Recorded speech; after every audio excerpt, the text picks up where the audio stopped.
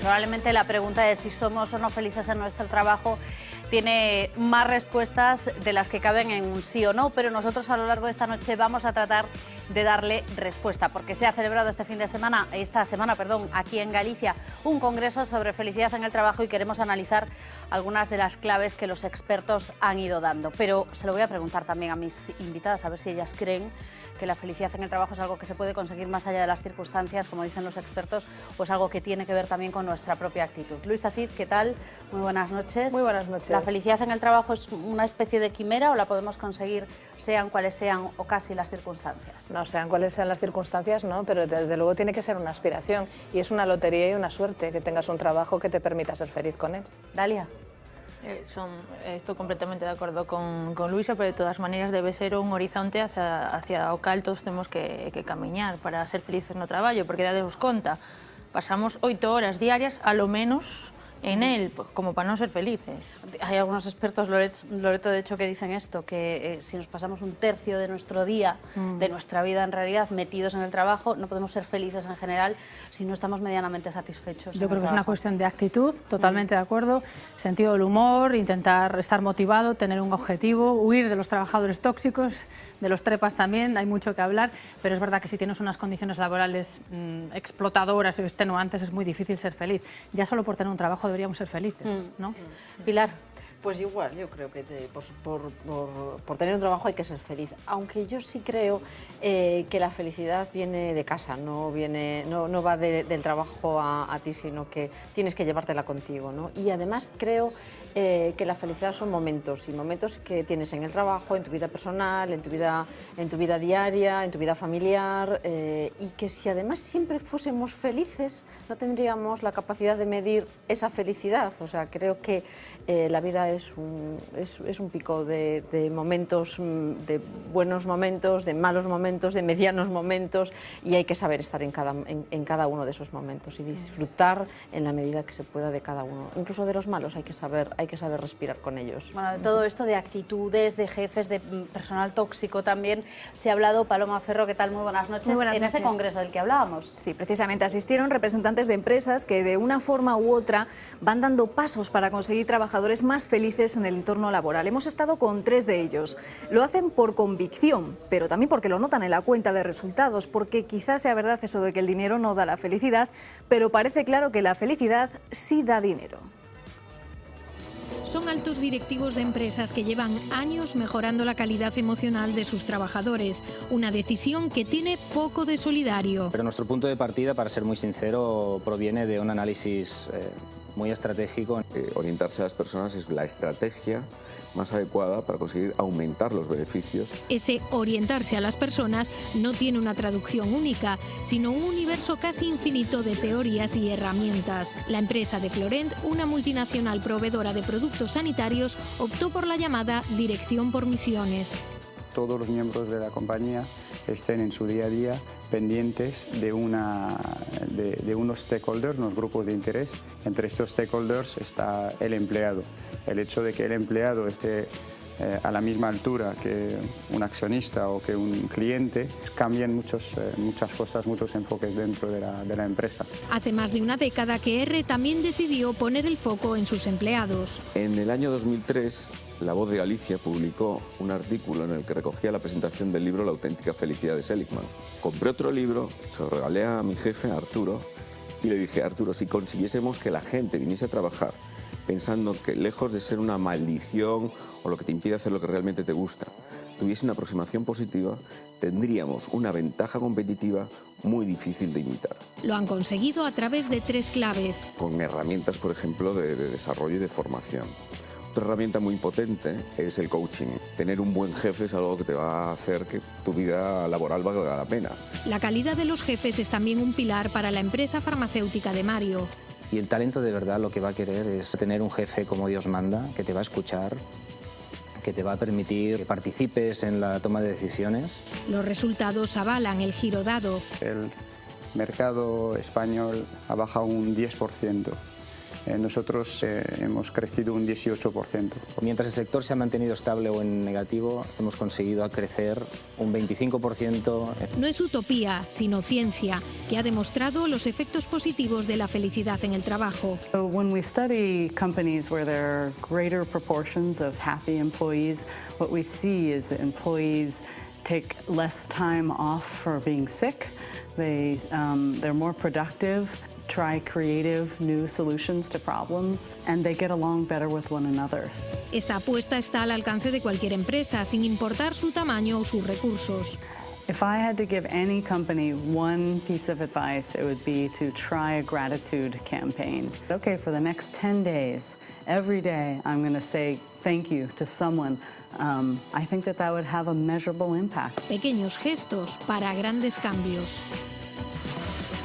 Bueno, nos contaba también Emiliana que esto de la felicidad en el trabajo es algo cultural, que los trabajadores valoran más el sentimiento de pertenencia a una empresa que les suban el salario. Claro, es que en muchas ocasiones uno puede pensar, pues uno está satisfecho en el trabajo si tiene unas condiciones ideales y además un salario estupendo. Pero puede pasar pues, que tengas un jefe que es un horror, que nadie te valore en tu trabajo, que no te sientas valorado o que no tengas la sensación de que perteneces a un grupo ni tienes un objetivo, con lo cual no funciona. Y hay varias cosas que nos han dicho los expertos que a mí me han llamado la atención, aparte de lo de tener un jefe como Dios manda, que es una de las claves, pero que esa felicidad, lo que decíamos antes, Luisa, genera, entre otras cosas, un menor absentismo laboral, que haya como más compañerismo y mejor ambiente de trabajo, o incluso que seamos más creativos a la hora de buscar soluciones. No, es que esto es economía pura y dura, pero además todas estas tesis no son nada nuevo. Yo ya llevo oyendo hablar de esto y hablando mucho de estas cuestiones desde hace más de 20 años. Y además está absolutamente comprobado que es así. Hay una serie de necesidades que cuando se satisfacen desaparecen como tales necesidades. Una de ellas, por ejemplo, es la económica. Tú tienes una aspiración económica, al final es un incentivo muy relativo, ¿no? Una vez que tienes cubiertas una serie de necesidades básicas, el incentivo económico realmente no funciona. Los seres humanos afortunadamente somos complejos y nuestra satisfacción depende de otros parámetros y eso efectivamente nos hace que funcionemos mucho mejor para todo. Yo hace muchos años era poco más que un adolescente y recuerdo que en aquel momento la condesa de Fenosa traía de vez en cuando conferenciantes a la ciudad de cierto nivel y había traído un premio Nobel, no me acuerdo quién era, y el título de la conferencia era El hobby. Y él, de lo que estuvo hablando durante toda la conferencia, fue como él realmente tuvo éxito por lo feliz que era en su trabajo. Para él su trabajo era su hobby. Lo que acabamos de escuchar de algunos directivos que hablaban, de decir, tú no puedes enfocar esas 8 horas diarias hacia una maldición bíblica. Eso es que no tiene ningún sentido. Eso es estar abocado al fracaso ya antes de haber puesto el primer pie en tu empresa.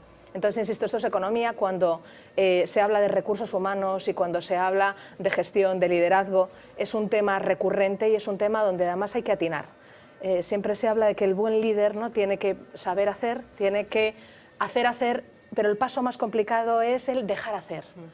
Y el respetar que la persona que tú tienes trabajando contigo es inteligente, sabe lo que hace, conoce y tu tarea es de coordinación, de supervisión, pero el dejar hacer es ese último paso del ejecutivo donde además hay mucha clave de todo esto que estamos hablando. Claro, que decía de todas formas, Paloma, nos explicaba también esto que decía Emiliana, de que cuando uno llega al trabajo con esa sensación, digamos, un poco más cultural, no tanto con esa sensación de maldición, se trabaja de otra manera. Lo que pasa es que yo no sé si esto también se puede educar, y se nos puede educar, Talia, en tener otra actitud hacia el trabajo. A ver, eu penso que nun 50-50. Explícome, é dicir, estou de acordo con Pilar de que tamén unha componente da felicidade ven da casa, é dicir, estamos acostumados a ver as noticias, a abrir o xornal todos os días e ver o lado negativo da vida, pero tamén hai que ver o positivo, é dicir, o 90% dunha empresa sempre analizamos, auditamos que unha empresa pode ir mal en isto, pero en que vai ben? Entón, iso tamén hai no que ter en conta no teu propio traballo, é dicir, os empregados, hai estudos de ADECO, esta axencia de traballo temporal tan coñecida, que din que incluso hai un 31% dos traballadores que, sendo felices polo que sea, por situación familiar, situación laboral, entorno en sí, son un 31% máis productivos. Polo tanto, sí que se pode empezar a pensar de outra maneira, é dicir, ese optimismo tamén o podemos crear na nosa propia vida. Tamén é certo que fan falta outras variables para que o traballo, o entorno laboral, nos podamos adaptar e estemos a gusto. É dicir, é certo que temos que conseguir entornos laborais flexibles, é dicir, no que o empregado se sinta parte. Para min iso é fundamental, é dicir, que tipo pode ir donde o xefe con total confianza e dicirte isto está mal, isto non funciona, porque eu sei, estou non facendo, e que te toman en conta. Para min iso é fundamental. Tener esa sensación, Loreto, de que lo que tú haces tiene consecuencias también en positivo o en negativo en la empresa. Quiero decir que es parte de la toma de decisiones. Sí, ese sentimiento de pertenencia a la empresa, que es el que hay que buscar, ¿no? Yo el otro día leí una frase que me gustó mucho que decía, si no quieres trabajar nunca en tu vida, elige un trabajo que te guste, ¿no? Es fundamental. Es una cuestión de actitud. Pero bueno, todavía quedan muchos jefes a la antigua usanza, esos que tienen al empleado con miedo ahí, pendiente de la bronca, el trabajador que piensa que le van a echar y que está preocupado. Yo creo que la clave está en las nuevas organizaciones empresariales, ya lo están llevando a cabo, como decía Luisa, desde hace bastante tiempo, pero no todas, por desgracia, ¿no? El tener estos jefes que sepan motivar. Un trabajador puede tener enormes habilidades y ser muy bueno en lo suyo, pero si está desmotivado no va a rendir como debería, ¿no? Entonces, está claro, de trabajadores satisfechos, clientes satisfechos. De todas formas, aún queda mucho camino por delante, creo. Claro, es que esto iba a preguntar también, Pilar. Yo no sé si de todas formas la crisis ha servido precisamente para cargarse un poco también cierta cultura de tratar de buscar una satisfacción en el trabajo, o más allá, lo que tú decías antes, solo por tener un trabajo tenemos que ser felices y a partir de ahí, digamos que bajamos el listón de lo que nosotros también podemos exigir de nuestro puesto de trabajo. Efectivamente, y ahí quiero hacer hincapié en un tema que yo creo que además es muy importante. Cuando hablamos de ser felices en el trabajo, ¿en quién estamos pensando? ¿No? Y todos pensamos en una gran multinacional a la que yo pertenezco, donde es tremendamente piramidal, donde tengo un jefe, 3 subdirectores y yo estoy... Pero la realidad del día a día es que los trabajadores, al final, son empresas pequeñitas que el 98 o casi 99% del tejido empresarial en España son pequeñas y microempresas. Y ese es el trabajador que tiene que ser feliz, ese es la persona que está a nuestro lado todos los días a la hora de tomar el café cuando estamos tomando un café o cuando salimos por la calle y va con su vehículo pues, de un lado a otro. Ese es el trabajador que también tiene que ser feliz, ¿no? Y yo creo que nos olvidamos un poco de realmente el gran tejido empresarial de este país, que no es de las pequeñas y medianas empresas. Efectivamente, y nos parece que, bueno, que todas esas personas tienen que tener un coaching, tienen que tener, no sé, o sea, unas paranoias que de verdad, o sea, que luego hablaremos de coaching y de esas paranoias, sí. Porque a mí hay algunas ideas también que me parecen, vamos, pues si quieres luego hablamos de eso, porque yo tengo un tema también que quería comentar con respecto a la parte cultural de todo esto. ¿Pero es coaching o...? No, sobre la parte cultural del enfoque de la felicidad en Occidente, que creo que tendríamos que bueno, pues comentarlo. En Occidente y en Oriente hemos preguntado en la calle también qué dice la gente y qué es lo que les hace felices en el trabajo, qué es lo que más valoran o menos valoran de sus jefes y cuál es la cara que ponen cuando van a trabajar. Expectantes, realizados, desanimados, desmotivados, encasillados. Puede haber muchos estados de ánimo para definir nuestra situación en el trabajo. Pero también hay otra pregunta que seguro muchos se hacen. ¿Se puede ser feliz trabajando? Yo contento con mi trabajo. Mi estado de ánimo es a la expectativa.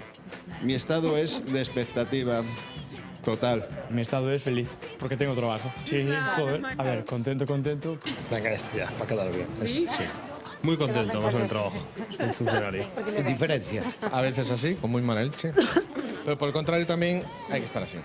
Hay que llevarlo con humor. El que sé cuál es, así entre... Con las condiciones no estoy de acuerdo, desde luego. Muy contenta, sí. Tengo una buena jefa, un buen horario. ¿No será ella la jefa? Pues sí. Que sé que son un poco incompatibles. Tengo 2 trabajos, uno es de profesora de baile, que me encanta, y otro pues es como un poquito más así. Estou moi cabreada coa Xunta de Galicia e o tema dos libros de texto. Representa o meu estado no meu traballo. En que na educación. na Xunta de Galicia. Eu, como se pode ver na imaxe, pois nin fu nin fa.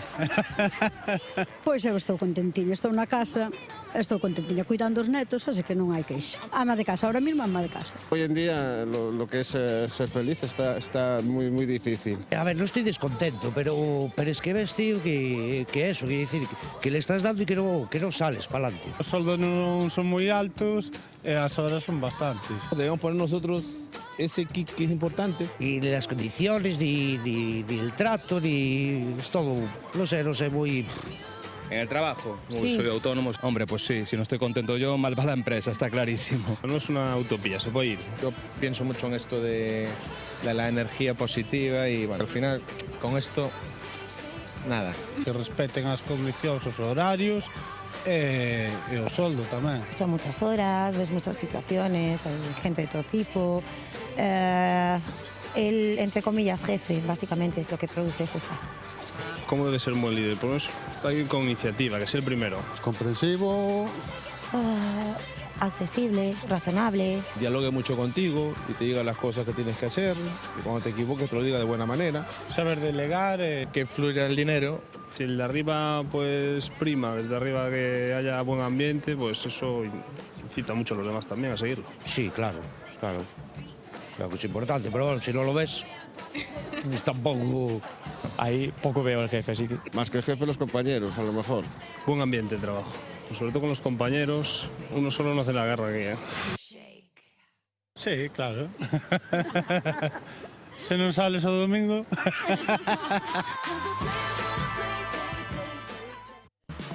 Bueno, ya vemos que las claves que nos ha dado esta gente para saber cómo podemos tener un lunes feliz pasan, entre otras cosas, por esa sensación un poco de cómo te van motivando, que antes lo hablabais también. Esto es una cosa dificilísima, en el fondo, motivar a la gente. Y aquí entramos en toda esta polémica acerca de coachings y otro tipo de prácticas que nos hemos encontrado, que nos hemos inventado nombres también, como el team building, por ejemplo, que son pues actividades, digamos, de equipo diseñadas para mejorar el clima laboral. Por ejemplo, que de repente tu empresa, Luisa, pues monte un fin de semana de actividades... Los de paintball y estas sí, cosas. este tipo de cosas. Sí. Yo no sé si os O parece de acampada, que esto, aventuras. claro, este tipo de actividades realmente pueden servir para unir más al grupo, para motivar más a la gente, para mantener un ambiente de trabajo más feliz. Es algo muy antiguo también esto, ¿eh? Por ejemplo... Aunque no lo llamamos team building y estas cosas. No, pero fíjate, por ejemplo, en los ejércitos se solía hacer, meter a los grupos en situaciones de presión para generar un compañerismo, ¿no? El haber pasado por dificultades juntos hace que al final la gente descubra qué es lo importante, se apoyen unos a otros y generen vínculos que además luego son perdurables en el tiempo, ¿no? Y bueno, yo ahí... Al final, mira, todo depende de las personas, ¿no? Y habrá gente que venda perogrulladas y habrá gente que sepa hacer bien esto. La empatía es fundamental, saber escuchar y mirar al otro y ver lo que hay detrás, ¿no? Porque todos llevamos esa pequeña máscara, es inevitable, ¿no? Y que tu interlocutor sepa ver lo que realmente hay, la persona que hay en ti, eso es importantísimo. Y luego, pues mira, no creo que haya soluciones únicas, ni tampoco, no sé cómo decirlo, ¿no? Fórmulas mágicas. Yo creo que al final... Lo que decía Pilar es verdad, o sea, te encuentras desde la microempresa hasta la gran empresa, hasta todo tipo de escenarios, y hay profesionales que sí que tienen además esa vocación, para ellos es su hobby, el dedicarse a esto, que es lo más difícil, que es la gestión de las personas, por lo que decíamos antes, por lo complicados que somos, y hay gente que lo hace genial porque probablemente trae una formación, pero que además viene añadida a una cualidad innata, ¿no? Que es ese saber ver. Y con todo eso pues te encuentras con gente que sabe hacerlo. Álvarez, que es directora de comunicación y marketing de ADECO, que antes lo habéis mencionado, y después recogeremos también más datos sobre empresas felices, que dice que la clave para que esto funcione es que de verdad te importe la gente, porque eso se traslada a quien está trabajando a tu lado. Eso é fundamental, vamos, tens que coñecer con quen traballas, tens que conocer cales son as súas potencialidades e cada un temos o noso carácter, eso é inevitable, pero hai carácteres que son complementarios e, polo tanto, nun fin de semana, ao mellor, pois, logras fixar certas simpatías, desarrollas tamén certas actitudes. Eu penso que ese tipo de fines de semana, por decirlo así, é dicir, tamén se van unha semana fora, dependendo de que tipo de equipos son, se son equipos que máis creativos, se hai que, bueno, limar máis as pallezas, pero sin dúbida, ese tipo de coaching eu penso que é fundamental, conocer con quen traballas, que habilidades tes, e o jefe ten que saber recoller eso para utilizalo e motivarte. É dicir, cousas tan pouco importantes e que non costan diñeiro, como acordarte cando cumplen os teus empregados, decirlle gracias cando che traen os papeles o correo. La campaña esa de una semana de gratitud que decía esta experta. Efectivamente, eso quer dicir, que non lles costa nada máis que tempo, dicir, además, o tempo é valioso, enténdaseme, pero non lle costa a empresa en contabilidade, non lle vai a facturar nada, eso é fundamental para o traballador, porque se sinte que o seu traballo vale para algo. De feito, hai experimentos nas ciencias sociales destes que poucos podemos facer, de que con legos, cos legos, bueno, lle din a unha serie de xente que faga un lego e lle pagan, e lle preguntan, hasta canto estarías disposto a facer legos? Bueno, pois, se ti colle o lego o posa aquí ao teu lado e deixas o lego sin desmontar, siguen facendo legos. Pero se colle o lego e os desmontas diante das túas narices, non fan máis legos. Porque o seu traballo, é dicir, inda que lle pagues, non lle merece a pena, porque non vai a servir para nada. De todas formas, hoy le preguntaba a Loreto, a una compañera, y le decía, a ti todas estas cosas, estas actividades de grupo y tal, ¿te motivarían en el trabajo? Y dice, a mí lo que me motivaría es que me dieses más formación. Por a mí que me subieran el sueldo. Bueno, eso también. No, porque es verdad, a ver, y en el vídeo han salido algunos casos, ¿no? A una persona que le pagan 500 euros, pues hombre, no va a ser feliz, porque le están engañando literalmente, ¿no? O si te pagan, no sé, trabajas 8 o 12 horas y te pagan por 3 horas, pues eso, pero hay que dar por sentado que ya partimos todos de que las condiciones laborales tienen son que ser básicas las justas, para ser feliz, claro. ¿no? Pero dicho eso, sí que yo creo que este tipo de cosas sí que pueden ayudar, que el sentimiento de grupo es importante. También la comunicación interna, ojo, cada vez más los departamentos de recursos humanos están unidos, como es el tema que me queda más cercano, el de la comunicación interna es importante, ¿no? Este tipo de cosas, que los empleados no se enteren de la rumorología por fuera de la empresa, ¿no? Sino que tú tengas a la gente, primero eres tú el que estás dentro de la empresa, y primero es que estés tú enterado de lo que va a pasar, de los cuáles son los planes, de hacia dónde vas, de si hay alguna mala noticia, pues oye, que seas el primero en enterarte, que no te venga alguien de fuera, oye, que bien las noticias que está pasando esto con tu empresa, ¿no? Yo creo que eso es fundamental y cada vez está más unido, la comunicación interna cada vez va más ligada esos departamentos a los de recursos humanos o a los de marketing. Antes decías el departamento de marketing y comunicación, ¿no? Entonces yo creo que eso también es fundamental, el tema de la comunicación y entre los empleados, por supuesto, crear esa sensación de unión. A mí yo agradezco una charla a mitad de mañana con mis compañeros, o sea, que no sea del trabajo, lo agradezco muchísimo y a veces envidio a la gente que sale a fumar, ya sé que no es políticamente correcto decir esto, porque sí que es verdad que en ese ratito que están ahí, pues hablando otras cosas, desconectan y crean vínculos y no están hablando a lo mejor del mal rollo del trabajo de la mañana, sino que bueno, oye, ¿qué hiciste el fin de semana? ¿O qué vas a hacer? Oye, pues tengo una cosa, tal. Se crean otros temas de conversación, eso es importante, es sano, yo creo. A ver, cuéntame esta idea del mito de la felicidad en Occidente. Sí, efectivamente. Es título de una novela. Sí, total, el mito de la felicidad en Occidente, es un ensayo, por Pilar Blanco. Efectivamente. Pero primero comentaros una cosa, que el tipo de trabajo ha cambiado mucho, ¿eh? O sea, y en estos últimos años todavía ha cambiado más. O sea, yo creo que una cosa es que va muy unida a asumir la felicidad o mayores momentos de felicidad en el trabajo, es saber que el trabajo no es para toda la vida, o sea, que el trabajo es algo que va, viene, que tienes que moverte, que tienes que cambiarlo, que tienes que cambiar de compañeros, y eso es algo que culturalmente y socialmente a lo que no estábamos acostumbrados. Hasta hace unos años estábamos acostumbrados a que tú entrabas en una empresa y esa era la empresa de toda tu vida, o una actividad, una actividad económica, y esa actividad y te jubilabas en esa actividad. Y eso ha cambiado, pero tan radicalmente como que ese tipo de modelo de relación con el trabajo yo creo que no va a volver a repetirse. Y luego, por otra parte, el trabajo está más vinculado a hablar a diario con gente que está fuera de tu entorno. Por ejemplo, en mi caso, yo me paso la mayor parte de mi tiempo hablando gente que no está aquí conmigo, o sea, o que está en otro país, o que está en otra ciudad, o que está... y eso también genera una relación diferente con los compañeros de trabajo, ¿no? Y tienes que acostumbrarte a respetar otros modelos de culturas, otros modelos de conversación, otros modelos de empatía con las personas que no pertenecen a tu mismo entorno cultural y relacional, y tienes que asumirlo y asumir también cómo te comunicas con ellos, y cosas que tú a lo mejor dices y crees que las dices de forma natural, la forma de decirlas puede herir sentimientos a gente que no está acostumbrada a nuestra forma de decirlo. Entonces hay muchas cosas que en el entorno de trabajo han cambiado. Pero si me permites te cuento cómo es el tema este de Occidente y Oriente. Y es que lo he estado leyendo estos días y se llama el mindfulness y es la conciencia plena, ¿no? Y es un tema que ha salido bueno, que es un sistema anglosajón de psicología de hace 30 años y que aquí está nada más llegando a España, ¿eh? Como siempre nosotros vamos a la cola, ¿no? Un poquito más tarde. Y es tener conciencia de nuestros propios actos, de nuestra propia vida, ¿no? O sea, y eso va muy vinculado al sistema de ver la vida que tiene Occidente y que tiene Oriente, ¿no? O sea, el sistema occidental o nuestro pensamiento occidental está muy vinculado a estar continuamente pensando. O sea, si os dais cuenta, todo el tiempo estamos pensando, todo el tiempo estamos pensando. Y eso implica que nos vamos a la cama y pensamos en el trabajo. Y no he hecho esto, y mañana tengo que hacer aquello, y entonces nos cuesta dormir. Y vamos al trabajo y decimos, Dios, ¿cuándo llegarán las vacaciones? ¿Y cuándo tal? Entonces nunca estás bien en ninguna parte, o sea, nunca estás bien en el trabajo porque no estás plenamente en el trabajo, pero tampoco estás bien cuando estás en el momento de relax porque arrastras cosas que vienen y que te has dejado en el trabajo. Entonces es un bucle que muchas veces nos hace infelices y del cual no somos conscientes, ¿no? Entonces, ese aprender a desconectar, ese aprender a ser conscientes del presente, no de mañana, de lo que viene mañana, ni de lo que viene después, ¿no? Y yo creo que ese es uno de las claves para ser feliz, ¿no? Y además de la productividad... Sí. Es que esto... Aquí quería, en la productividad en el trabajo.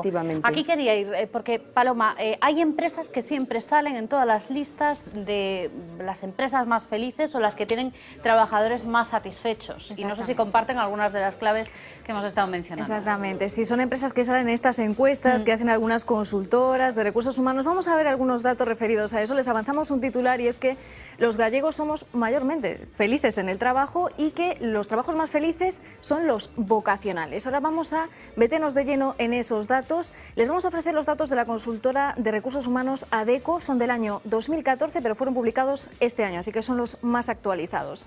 La primera pregunta sería, ¿los españoles somos felices en el trabajo? Pues bien, un 81,5% dijeron en la última encuesta que sí, que son felices en el trabajo. Y es un porcentaje que se ha mantenido más o menos estable durante los últimos años, ha variado entre el 77 y el 81%, con respecto al año anterior aumentó en 2 puntos porcentuales.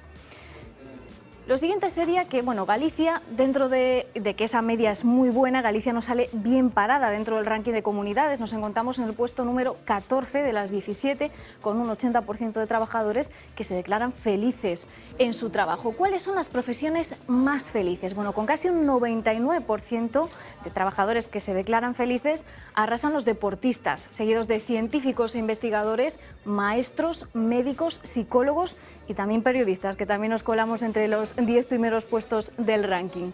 Curiosamente, estas profesiones felices no son generalmente las mejor pagadas, sino las vocacionales, porque cuando se les pregunta a los españoles qué creen ellos necesario para ser feliz en el trabajo, el sueldo aparece en tercer lugar, con apenas un 13,4% mencionado, mientras que los dos factores principales son tener un buen ambiente y compañerismo en el trabajo y, por supuesto, disfrutar de ese trabajo. ¿Qué empresas reúnen estas características? ¿Qué empresas son las más felices para los españoles? Bueno, el ranking lo encabeza Google, seguido de la empresa de cosméticos L'Oréal y de los supermercados Mercadona. Pero bueno, en estas encuestas, que se hacen también por sectores de telecomunicación, de construcción, aparecen otras muchas empresas como IKEA, como Inditex, como BMW o los hoteles Meliá. Y también preguntan en estas encuestas por cuál sería nuestro jefe ideal. Nos ofrecen un abanico de personajes famosos de diferentes ámbitos como la comunicación, como el empresarial, los deportes, y el más mencionado es el tenista Rafa Nadal, seguido del fundador de Inditex, Amancio Ortega, y del presentador de televisión y periodista Jordi Évole. Esto es lo que decía Paloma. A ti te dan una especie de panel y te dicen, pues entre todos estos jefes del mundo del deporte, ¿cuál te gusta más? Y gana Rafa Nadal por goleada, que además gana por goleada por delante de Amancio Ortega o por delante de Jordi Évole en los datos que nos ofrecía Paloma.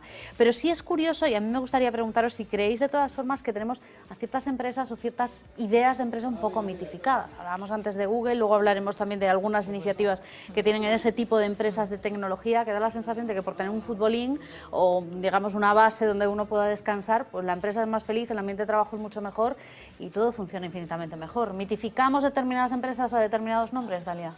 Eu penso que Google está super mitificado, porque algo terán que traballar, digo eu, senón non estará onde está, pero fora da broma. Si é certo que hai certos sectores que se permiten máis ámbitos de descanso, de creatividade, de equipos dando rendemento que outros, é dicir, se ti estás nun departamento contable, lóxicamente ti podes organizar o teu tempo según queiras, é dicir, se eres máis productivo pola noite, se non eres máis productivo pola tarde, según queiras. Eso pode dar certa libertad para adaptarte, pero eso non ten nada que ver con ter en Google pois o futbolín, a sala de spa, a piscina, é dicir, eso para min está máis enfocado, lóxicamente, a certos sectores máis creativos, non é de publicidade, non vale para todo. Luisa. Bueno, tenemos yo creo que un conocimiento bastante superficial de muchas cosas. Si no estás metido en estas historias, pues te quedas al final con la anécdota del futbolín, sí, ¿no? Y todo es más complicado de lo que parece siempre, ¿no? Y bueno, yo creo que las empresas al final pues siempre intentan buscar soluciones, ¿no? Y cosas que aparentemente son latosas, sin embargo, dan grandes resultados. En algún estudio que se ha hecho aquí en Coruña sobre innovación empresarial en las empresas innovadoras que hay tanto en Coruña como en toda su área metropolitana, se investigaban un poco los distintos parámetros de innovación, cómo influían en la rentabilidad de la empresa, ¿no? Y uno de ellos, que era uno de los más importantes, sin embargo, que costaba mucho que los empresarios se metieran, era la implantación de procesos, lo cual significa repensar cómo va a funcionar la empresa a nivel interno en todos los parámetros, empezando por la gestión del personal, que probablemente es de lo más importante, si no lo más, para luego implantarlo de una manera, y todo eso es tan complicado, es tan largo, es tan farragoso que muchas empresas no quieren invertir en ello, y sin embargo era uno de los primeros parámetros de rentabilidad.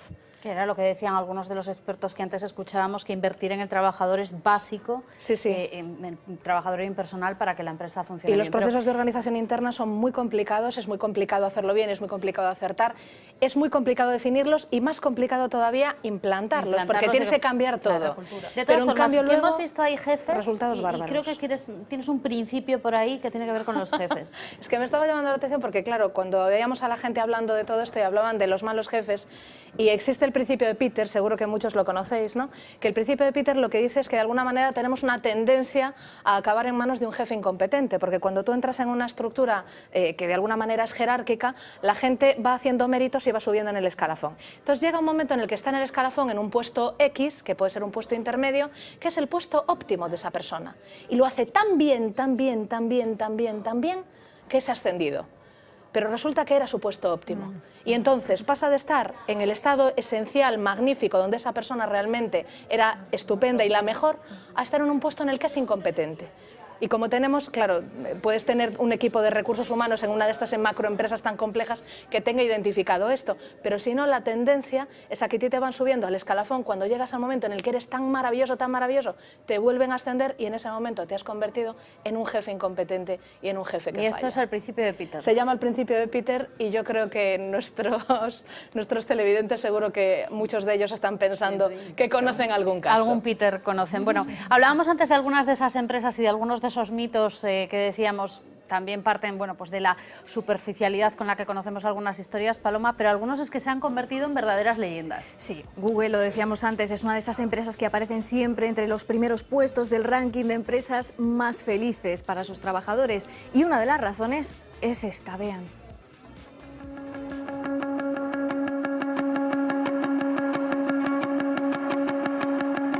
Es el Googleplex, 4 edificios que ocupan 47 kilómetros cuadrados y en los que encontramos pistas de bolos, canchas de vóley, gimnasio, piscina, patios de comida con chefs especializados, circuito de bicicletas, salas de masaje o para dormir la siesta. Parecen los servicios de un hotel de lujo, pero es la sede central de la compañía en California. Es decir, que allí se combinan las oficinas con el espacio de ocio gratuito. Es la estrategia con la que Google consigue empleados más creativos y por tanto más productivos. A esto le suman otros beneficios para el empleado, por ejemplo, le dan un día a la semana para que se dedique a sus proyectos, pudiendo utilizar los recursos y las instalaciones de Google. Otro ejemplo, cuando un empleado fallece, su familia cobra el 50% del sueldo durante los 10 años siguientes. Y hablamos de sueldos suculentos.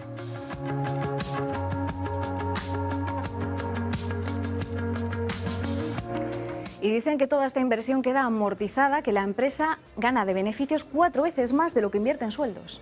Bueno, pues se ve que esa inversión en el personal y en la satisfacción del personal tiene sus frutos. Que decía Pilar, ¿tú estuviste allí? Sí, estuvimos en una visita. La verdad es que fue muy espectacular verlo y luego ver las imágenes donde habíamos estado. Y sí, realmente es así, ¿no? O sea, es tal cual lo vemos y tal cual lo plantean o se plantea públicamente. Y es cierto, pero también hay un componente muy importante, que es la creatividad. O sea, no todos los trabajos tienen el componente de creatividad como tiene un trabajo como un desarrollador en Google o como un desarrollador de proyectos tecnológicos o de proyectos científicos. No todos los trabajos son igualmente tan creativos, y la creatividad necesita de una cierta capacidad expansiva a la hora y eso todos lo sabemos. O sea, nosotros no somos igual de creativos las 24 horas del día, ni además somos igual de creativos los mismos días, ni toda la semana, ni todos los días, ni todos los años. Ni siquiera somos igual de productivos. Entonces, es algo que tenemos que asumir. Y tenemos que asumir que la gente que tiene un trabajo muy creativo, también tienes que darle una cierta capacidad de desahogo, ¿no? Porque a veces, y eso seguramente eso lo compartís conmigo, y es que muchas veces las ideas aparecen debajo de la ducha o aparecen mientras estás desayunando o cuando realmente te estás vistiendo o calzando o cuando o en el momento que te estás despertando, ¿no? O sea, las ideas y las buenas ideas no nacen en el despacho, en el ordenador. O sea, necesitas también momentos de dejar abrir la mente para eso. Y esos trabajos, como lo decía, son los realmente bonitos. De todas formas, y por ir cerrando el tema, Loreto, ¿tú crees que si no tuviésemos esa oficinitis que tenemos en este país, que hay que cumplir las horas exactamente, eso es tremendo, ¿eh? Que es tremendo, es una cosa tremenda, seríamos más creativos y estaríamos más satisfechos sin esa Seríamos más exigencia libres, terrorífica sin del duda. reloj? El presencialismo, o sea, es que a veces no viene a cuento que tengas que estar hasta las 8 de la tarde porque a lo mejor no estás haciendo absolutamente nada, pero bueno, por si te mira mal el jefe tienes que estar. Y también es verdad que por mucho que te pongan un office o un sitio o áreas recreativas de este tipo, si te van a estar mirando a ver cuánto tiempo vas a estar allí, si estás cuchicheando, conspirando contra los jefes, que eso muchas veces pasa, y te miran mal porque está mucho tiempo allí tomando café o no, tampoco vale de nada. Entonces hay mucho que cambiar, sí, creo. Bueno, mucho que cambiar. Desde luego, el tema de la felicidad en el trabajo esta semana ha dado para debatir mucho aquí con este congreso, pero la verdad es que ha habido otros temas a lo largo de una semana que ha sido muy intensa informativamente, que hemos querido condensar en un personaje que nos va a traer nuestro compañero Yago García, que entra de nuevo. ¿Qué tal, Yago? Muy buenas noches otra vez. Buenas noches. Porque la verdad es que decía, la semana ha sido intensa en información, intensa en nombres propios, pero sin duda uno de los titulares de la semana y que va a traer cola todavía. Y es de hoy, saltaba además. y es de hoy. Sí, sí. Bueno, vamos allá, vamos a empezar, amigos, amigas, al igual que le ha pasado al Real Madrid o incluso al mismísimo José López Orozco, la infanta Cristina se ha quedado sin título. No podrá volver a ser duquesa de Palma, ni siquiera pactando con Ciudadanos. Esto es irremediable ya, ¿vale? Vamos a ver la noticia. Ayer emitía un comunicado la Casa Real y hoy aparecía publicado en el BOE. El rey revoca su título nobiliario a la infanta Cristina. Es algo sin precedentes en la dinastía de los Borbones. El caso Nos y su comportamiento poco ejemplar podrían estar detrás, ser los argumentos de Felipe VI en esta decisión. Pero ojo, vale, porque Cristina dice que ella es la que renunció y Zarzuela lo niega. La estrategia del no me echan, me voy yo es bastante dudosa. Yo mismo suelo decirlo cuando me largan de los pubs a las tantas de la mañana. De todas maneras, parece ser que existe la carta, ahí la tenemos, que la infanta Cristina envió manuscrita anunciando su renuncia. Está fechada a 1 de junio y la Casa Real dice que llegó ayer. Bueno, hasta aquí todo normal, no sería el primer caso de retraso en Palacio, ¿vale? Aquí no hay nada que objetar, pero amiga infanta Cristina, la Cris, porque te van a acabar revocando hasta los apellidos, no hay matasellos, ¿eh? Así que no cuela demasiado. Yo tengo una propuesta, ¿vale? Ahora que queda libre el Ducado de Palma y teniendo en cuenta que Mallorca está petado de alemanes, la propuesta no es otra que Angela Merkel sea pues la nueva duquesa. Yo creo que no hay mejor representante para esta bonita isla. Vamos a verlo. Ahí está, ya es dueña de Europa, ¿qué más da? Como buena alemana en Mallorca bebería birras, se daría un bañito en el resort si hace falta, podría hacer topless también, si quiere, y si hace balconing, como tantos otros animalicos que nos visitan, pues pasaría desapercibida. ¿Por qué? Pues porque ya tenemos a Froilán. ¿Qué nos va a sorprender ya? Pues nada, evidentemente nada. Bien. En fin, nuestra monarquía ya es el hazmerreír de Europa, ¿vale? Tanto que el portal Quartz, hacen relojes, además de información, ha hecho un paralelismo con la serie Juego de Tronos. Venga, vamos allá. Ahí está, con música y todo, muy bien. Aunque no veamos la serie, es fácil de entender. El rey Juan Carlos, al igual que Robert Baratheon, siempre tuvo fama de afable y alegre, hasta que un elefante se cruzó en su camino en Botsuana. Botsuana, give me, oh, Botsuana, give me. Perdón, venga, seguimos con la infanta Cristina, que al igual que Cersei Lannister está en espera de juicio. Bueno, aquí es calcao todo tal cual, aquí no hay problema. El sobrino del rey no es otro que Froilán. Bien, y Froilán aquí sería Joffrey Baratheon. La mala conducta de ambos empezó pronto. Uno empezó usando la espada y el otro pues empezó disparándose en el pie con una escopeta. La familia modélica en Juego de Tronos son los Stark, y ahí entrarían Don Felipe y Doña Leticia, siempre correctos, con 2 hijas monísimas, haciendo públicas las cuentas de la Casa Real, bajándose el sueldo un 20%. Qué esbeltos, qué estilosos, qué rabia dan ya un poco, por favor. Bueno, nos vamos a acercar antes de terminar a Twitter para ver cómo se está viviendo el último conflicto de los Borbones desde que un chino se cruzó con Froilán en la cola de un parque de atracciones. Vámonos a Twitter, venga, vamos a empezar por la periodista Cristina Pardo, ¿vale?, que está hilando muy fino. Dice la infanta que ella renunció al título, que no fue una imposición del rey. ¿Y cómo sabemos que esta vez sí sabía lo que firmaba? Bien, norcoreano con apoyo de fotografía, ¿está seguro de que desea enviar a su propia hermana a la papelera de reciclaje? Qué gustazo debe ser, darle a OK con las Google Glass. Quique Peinado, otro tuit, ahí está, el rey le ha quitado el ducados a su hermana por su salud.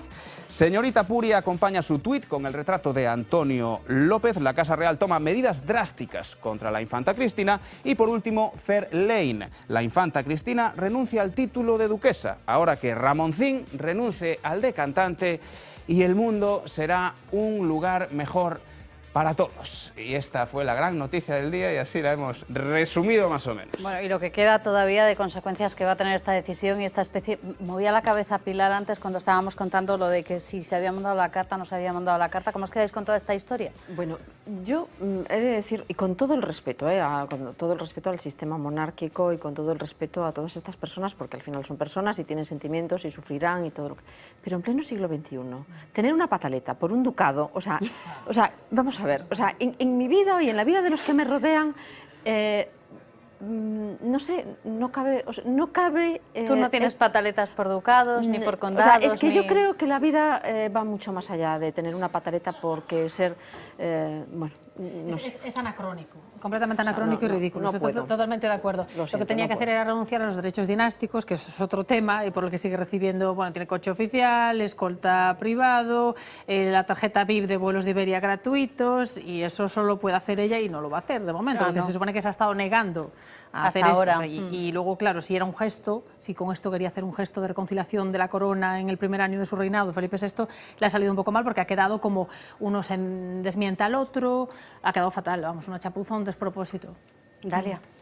Para min chega tarde e ademais isto parece que é como un cáncer, unha metáfora dun cáncer que se vai alongando, é dicir, primeiro tira unha monarquía, é histórico en Europa, e depois agora parece que Cristina sigue dando coletazos, entón eu penso que aquí hai que ser contundentes si se pensa e se quere seguir por este camiño de manter o sistema monárquico parlamentario tal como está establecido na Constitución e recuperar o perdido. Entón, concordo con Pilar de que é unha pataleta e que vaya que non creo que acabe aquí, Luisa, ¿esto se queda aquí o no? No lo sé, pero seguro que podían haberlo hecho mejor, seguro. Es que lo que resulta curioso de toda esta historia, lo estábamos comentando esta mañana, es el hecho de que da la impresión de que es un gesto que hace la Casa Real para tratar de limpiar su imagen. Si esto se había hecho de común acuerdo, de alguna manera de acuerdo, que salgan después a decir es que yo mandé la carta antes o no la mandé antes, desde luego anula un poco todo lo que es ese proceso de limpiar imagen. Sí, no, yo estoy alucinada. Yo, para empezar, se llevan fatal, se deben de llevar, eso ya me imaginaba que no se hablaba mucho, pero parece ser que el rey sí que la llamó por teléfono y a estas horas intempestivas a las que se hizo todo esto, es todo tan extraño. Es una hora que no está tan mal Yo pensada. creo que fue él para pillarla desprevenida, que no le diera tiempo a reaccionar, pero ella reaccionó igual, lo que pasa que más tarde, bueno, es que es todo un absurdo. Una pataleta. Una pataleta por un ducado. Me ha gustado eso de la pataleta por el Es como ducado. muy amateur, ¿no? Bueno, una carta no tarda 10 días en llegar desde Ginebra, o sea, es que No, la mandó por correo electrónico, ¿eh? O sea, Ayer se supone que la mandó por correo La electrónico. metió en el correo electrónico y se la envió a su hermano. O sea, Es que estaba fechada 1 de junio, o sea, Sí. a ver. Sí, pero nadie vio ese matasellos. Que es lo que dices tú, no Claro, había es que no matasellos, había, no había matasellos. yo me pregunto qué hay detrás de un ducado para que esto genere tanta pataleta, ¿no? O sea, ¿qué se supone que hay? Movimiento O sea, que le quedaba al Claro, rey por hacer. el La rey no única puede hacer posibilidad nada que más. tenía, exacto, El rey no la puede única hacer nada posibilidad más que porque renunciar a los derechos dinásticos Tiene que es ser algo ella. que Tiene solo que puede hacer hacer ella. ella. Claro. O sea, no se los pueden quitar. Entonces, hombre, no sé, no la va a desterrar, Pero ¿no? si Esto esto ya al no se final, lleva, es claro, más si esto al anacrónico final- todavía. Si esto al final es un gesto, el gesto todo es la puesta en escena. La puesta en escena no ha podido ser peor. O sea, No, es que- horrible. porque al final es un gesto. Coaching, necesitan coaching ¿Ves? también. Sí. Bueno, pensemos que ahora con lo de los vuelos de Iberia, igual no puede viajar en Iberia porque cambió la norma de los equipajes de mano, ¿no? Que ahora son más pequeñitos, Muy entonces pequeñitos. igual se queda sin viajar en Iberia. Se va a quedar sin viajar. Cuidado, cuidado, yo lo dejo ahí, Nos hemos encontrado un coaching estupendo esta semana para traer al Fuera de Contexto que Paloma Ferro nos va a presentar el próximo domingo a las 9:30. Cuando digo, bueno, coaching y muchísimas cosas más, no sabíamos qué poner, y lo digo literalmente, no sabíamos qué poner en el rótulo para definir a nuestro invitado este domingo, Paloma. Sí. Con él hemos buscado sabores de países lejanos, con un hombre que se recorre el mundo por su profesión, a la que se dedica con pasión y con talento. Hablamos de Ángel Carracedo, un referente en el campo de la genética forense. Si tuviéramos que empezar ahora a enumerar todos sus logros, es que no acabaríamos. Así que solo les diré que el destino es caprichoso, porque este científico, que hoy es uno de los referentes mundiales, estuvo a punto de no pisar un laboratorio, sino dedicarse a ser pescador o farero. Eran épocas complicadas de tomar decisiones. A mí me gustaba, yo hice medicina, pero sufría mucho viendo sufrir a la gente. Y comunicar malas noticias y comunicar y estar en contacto con el dolor, es que no me parecía que yo fuera capaz de hacerlo. Y me gustaba más la genética y me gustaba más el laboratorio. Y es cierto que cuando acabé la carrera pues experimenté pues una crisis total. Y entonces no sabía muy bien qué hacer. Y una alternativa era dedicarme a la pesca, porque no conocía que esto del sushi se me podía dar bien en la cocina, o dedicarme a ser farero, que al final yo no lo hice, pero todos mis hermanos son fareros. Y trabajan en faros preciosos de la costa gallega. Y tienen otra vida distinta, que a mí también me hubiera gustado. Pero bueno, al final pude reconducirla para lo que me gustaba. Luché mucho por cumplir mi ilusión. Me fui afuera. Tuve la fortuna de poder desarrollar primero todo lo que era la genética forense y después la genética clínica. Ir construyendo pues un grupo de investigación y de traslación a la actividad práctica del que estoy muy orgulloso. Y mi vida pues fue cambiando poquito a poquito. Pero bueno, la verdad que los primeros momentos, esos 20 y tantos años turbulentos donde uno sabe lo que hacer, pues fueron complicados en la toma de decisiones, pero es normal. Bueno, a pesar de esos años turbulentos, Carracedo siempre fue brillante en su currículum, aunque bueno, el domingo vais a descubrir que tuvo alguna pequeña mancha, que todos tenemos ahí historias que contar. La verdad es que secciones como esta lo que nos permiten es conocer la parte humana de Genios. Les decía Pilar, es un hombre alucinante, es que lo es. O sea, da gusto hablar con él, da gusto escuchar cada una de sus palabras y además sabe hacer sushi y todo. O sea, que no se lo pierdan. 9:30 en Fuera de Contexto el próximo domingo. Vamos a hacer un alto y volvemos enseguida aquí en La Otra Vía.